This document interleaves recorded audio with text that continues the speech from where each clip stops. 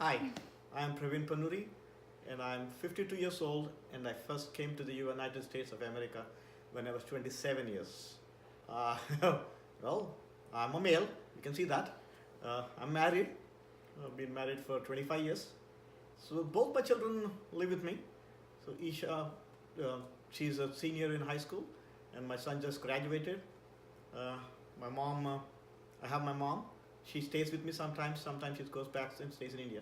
So she visits us whenever she's got some time. My dad passed away like 10 years ago. I got a master's degree. I got a bachelor's in mechanical engineering. Then I got an MBA.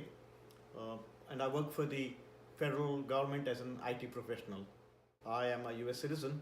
I've been a US citizen for about almost 10 years. Hi, I'm Juliana, And I'm Gabby. and today we are here to interview Mr. Panori. Hi, I'm Praveen Panuri. All right, so we have a couple questions for you.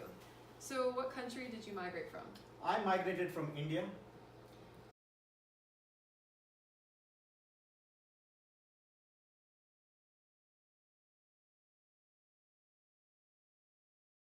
And what was it like there? India is a tropical country, so it's pretty hot, but it's a lot of fun. It's got a very, very vibrant culture, and people are very friendly, very open, but it's very crowded. Mr. Pernuri is from Mumbai, India. The type of government in India is a parliamentary democratic republic. The current leader is Ram Nath Kovind. The common languages spoken are Hindi, Bengali, English, and Tamil. The literacy rate is 74.04%. The population as of 2017 is 1.339 billion. The population density is 382 people per square kilometer. The total land area is 1.269 million miles squared. And as of 2015, the amount of arable land is 52.6%. The physiological density is 1,998.37 square miles. The land use for rural areas is 68.84%, and the land use for urban areas is 31.16%.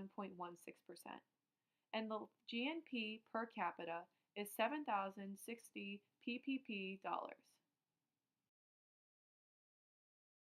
Do you miss anything about it? Yeah, I miss a lot of things about India. Uh, I miss my relatives, all my friends whom I grew up with, and I miss the food. I mean, there's like a lot of street vendors, and you can eat anytime, anywhere. So I do miss a lot. I mean, the places you grew up, you always tend to miss those things. So, a lot of things, a lot of positives, but what were some of the push and pull factors that led you to America? 25 years ago, when I just started working, um, there were not as many opportunities in India. There are a lot more opportunities now because they have had a tremendous growth. But 25 years ago, there were not as many opportunities. So that's what attracted me to the US. Did you have any expectations before you came here? I want. I would love it was a little more warmer. It's too cold. But no, other than that, I mean things were very open. There's a lot of open spaces here. You don't see this open spaces in India, just because it's very, very densely populated. India is about a third of the United States physical size, and the population is about 3 times more. So the population density is about 10 times more than what's in the US. So most of India is like downtown Manhattan, very crowded, but very vibrant, a lot of life, a lot of energy. So did everything meet up to your expectations? I didn't really have much expectations. It was just a different place to visit, and I liked it. So. Okay, good. And so, you talked a little bit about like the vibrant culture and like the crowded city. So, were there huge differences in culture from India to the United States? A little bit different. The biggest difference is people are just too formal here. People, in India, people are much more friendly and Casual? would you much say? more casual. Yeah, yeah. Not friendly. I mean, people are friendly here too. It's just they're much more casual. Yeah, yeah. So what do you enjoy most about your life now? I enjoy being part of the community. I enjoy running for office. I enjoy doing magic. I enjoy working with the community. I just enjoy the opportunities that we have here. There is so much things we can do if you just want to do here. So there's nothing holding you back here. So it seems like a lot of possibilities here in America, but were there any obstacles that you faced in the process? It took me like 14 years to become a citizen, even after a master's degree. And the amount of time it takes to become a citizen has grown exponentially. So theoretically, somebody coming from India today, it takes 152 years. 152 years to become a US citizen. That is if you want to do the legal route.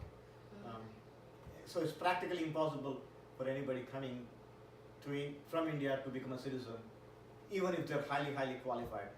So we have one last question. You talked about living up to your dreams here in America, but is there any other advice you would give to someone looking to come to the U.S.? Looking to come to the US, yeah, be ready for the cold, be ready for the open spaces, and be ready to contribute back to the community you live in. Like, no matter where you live, no matter where you come from, if you are in the US, make sure you treat this as your home. And make sure you treat your community as your own, and you do your best to give back to the community. Mr. Pranori moved to the more urban areas of Maryland for jobs and opportunities after earning his degree. He also traveled alone to the United States, which is far more of a change in location to have a better chance for a job. He migrated when he was 27, and the United States had a greater economic opportunity than India, and Mr. Pranori was seeking this opportunity. India is in stage 2 and 3 of the Zelensky's migration model, where there is an increasing rate of NIR and a shift in movement from countryside to cities as the community experiences modernization. There are limited opportunities, and people move to more developed areas to find these scarce jobs. The United States is in stage 4 of Zelensky's model. After Mr. Pranori migrated to the U.S., his movement was interregional. He moved from cities back to the suburbs when he wanted to start a family and settle down in more of a community lifestyle.